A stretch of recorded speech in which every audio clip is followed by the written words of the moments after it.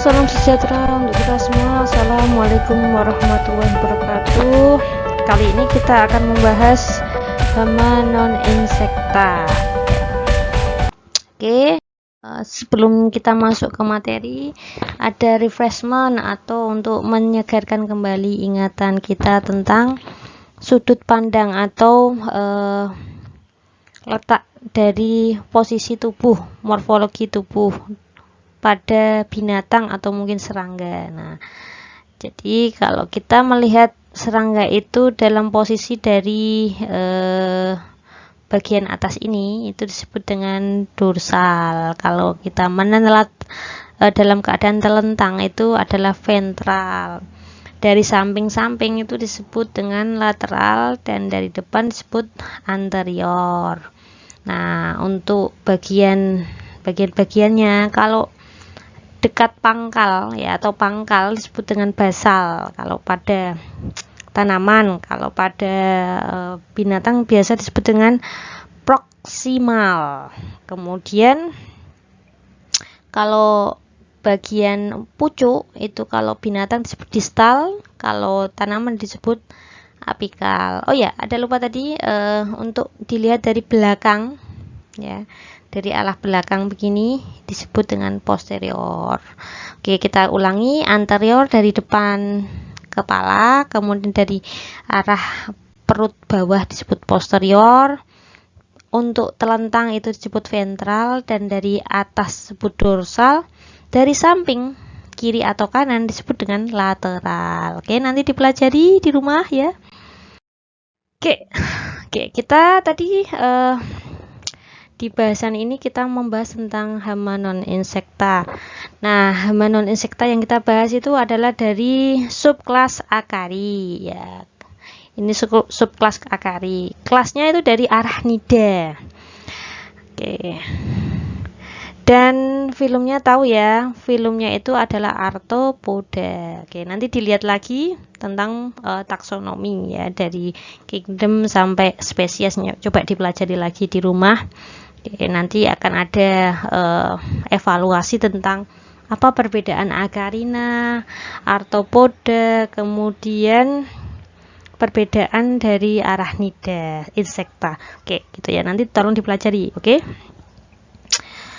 Acarina ya, subkelas Acarina ini adalah golongan Arachnida yang ukurannya kecil dan tidak membuat sarang benang, atau kalau kita sebut dengan jaring-jaring ya, jaring-jaring, tidak membentuk jaring-jaring.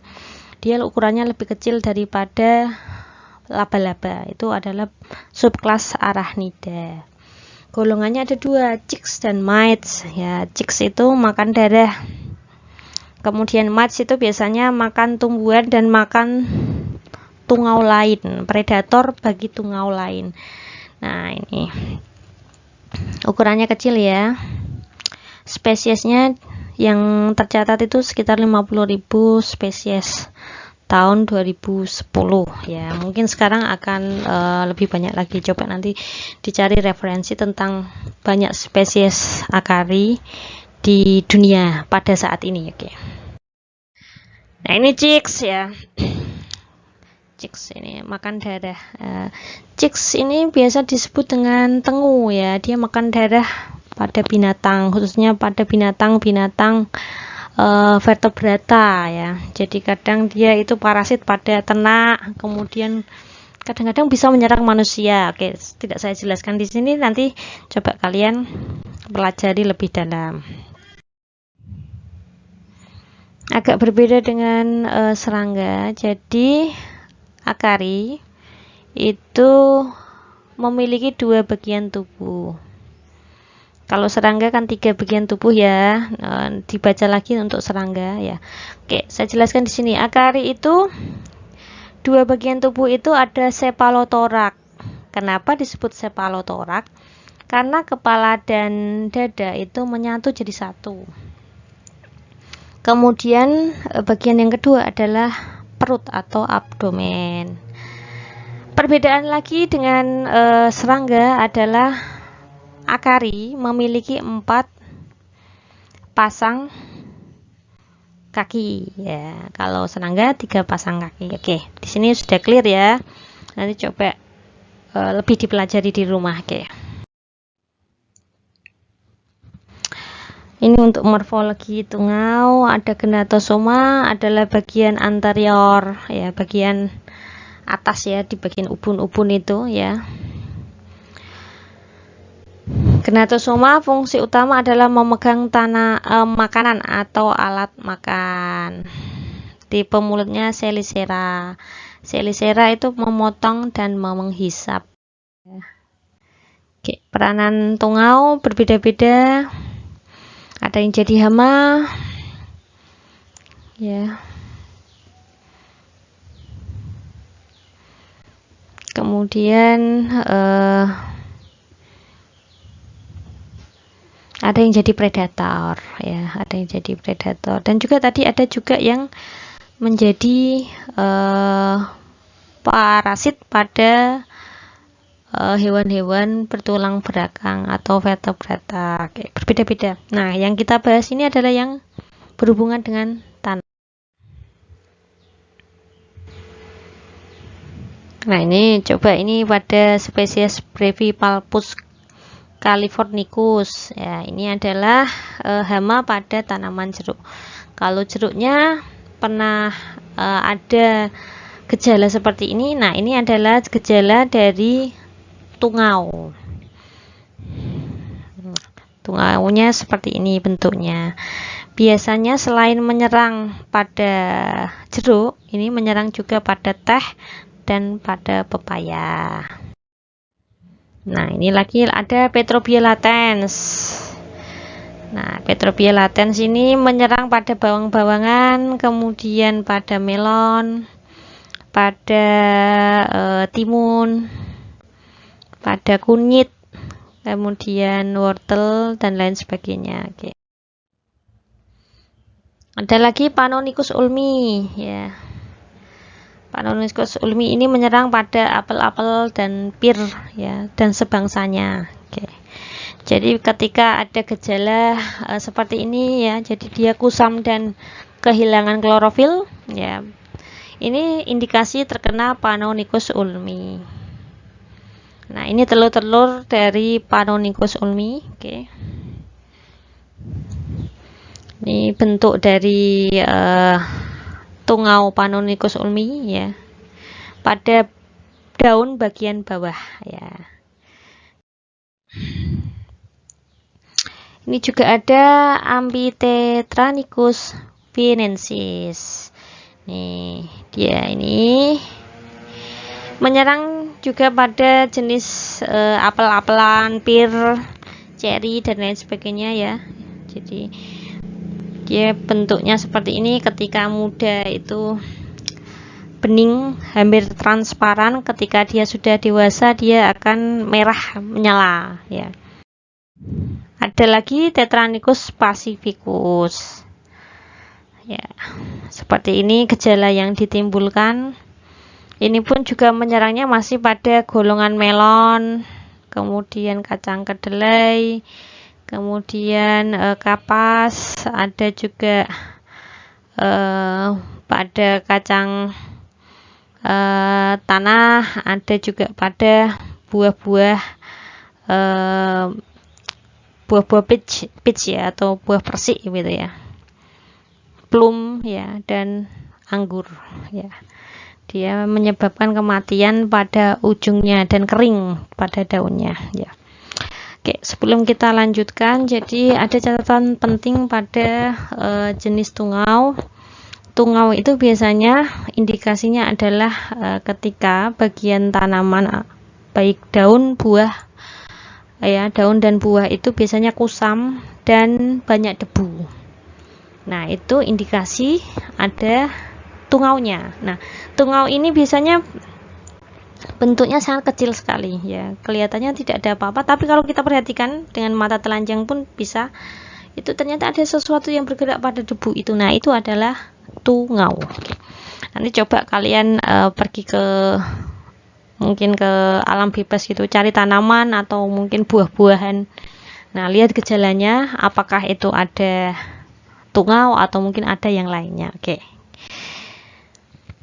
Nah, ini Tetranicus pacificus ya. Jadi yang terkena itu kelihatan ada daun-daun yang mulai mengkuning ya, kehilangan klorofil karena tadi dia itu memotong dan menghisap ya gejalanya untuk si tungau ini.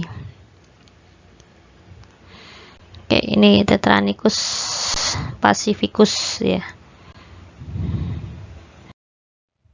Kemudian ada Panonicus citri ya.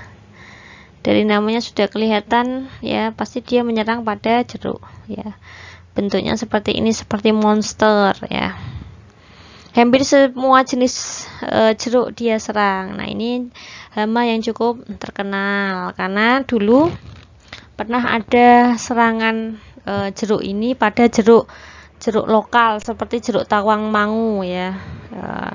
Dan indikasinya ini tertular oleh buah-buahan jeruk mandarin atau jeruk impor lainnya. Nah, ini kemudian pernah sempat itu jeruk keprok kita itu mengalami penurunan produksi karena hama ini Panonicus citri. Coba nanti dicari tentang pustaka yang mendokumentasikan tentang kejadian-kejadian hama Panonicus citri. Lanjut lagi ada Tetranicus urticeae. Oke. Tetranicus urticeae ini juga dikenal sebagai tungau pada singkong ya. Tungau pada daun singkong ya. Bentuknya seperti ini.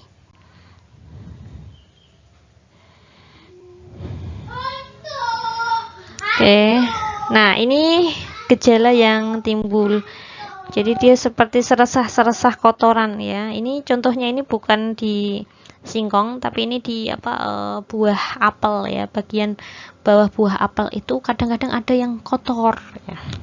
Kita nggak pernah nyuci ya, tidak dicuci buahnya kotor itu. Dikira bagian dari tanaman, ternyata bukan. Itu adalah sebenarnya si tungau yang menyerang pada buah tersebut.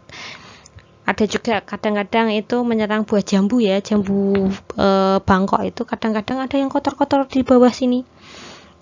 Ternyata apa sih? Tungau Tetranicus urticeae. Oke, ini adalah inangnya banyak sekali ya.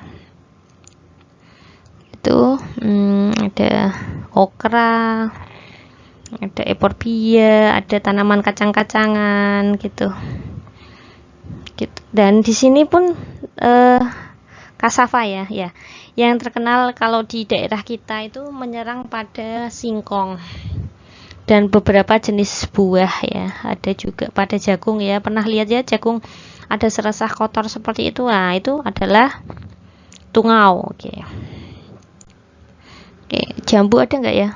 Tapi kadang-kadang menyerang pada jambu-jambuan ya, walaupun bukan Tetranicus, mungkin adalah tungau yang punya spesies lainnya. Ada lagi Oligonicus coffeae. Ini adalah tungau pada tanaman kopi ya, Coffeae ya. Bentuknya seperti ini. Selain kopi menyerang pada teh, kemudian jenis kopian. Oke, ada lagi Tetranicus persei. Oke. Ini menyerang pada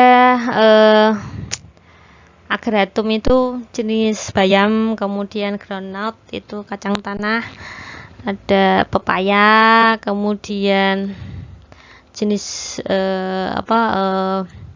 elais itu adalah kelapa sawit ya.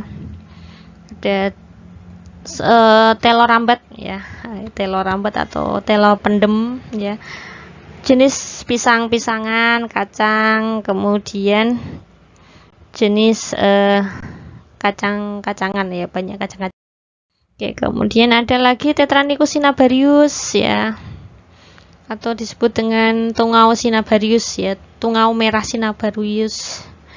Ini cukup banyak di Indonesia ya, bisa menyerang pada okra, kemudian kacang tanah, pepaya, semangka, kemudian jenis-jenis Cucurbitaceae, jadi jenis-jenis melon-melonan, semangka-semangkanan, timun-timunan, tomat, apel, kemudian singkong ya. Singkong sering bergejala seperti ini ya. Jadi ada Cinnabarrius, ada Tetranychus urticeae, itu semuanya semua jenis Tetranychus itu biasanya menyerang pada singkong. Seperti ini. Nah, kalau untuk singkong-singkong yang diambil daunnya ini agak merugikan ya. Jadi kurang enak rasanya kalau diserang oleh Tetranychus, Cinnabarrius maupun urticeae. Nah, ini. Pisang juga diserang, kacang, kemudian peach atau persik. Nah, ini kalau jojoba jarang ya di Indonesia ya. Oke. Ini bentuknya seperti ini ya, ada telurnya, ada dewasanya. Oke. Ya, demikianlah pertemuan kita kali ini. Sampai jumpa minggu depan. Wassalamualaikum warahmatullahi wabarakatuh.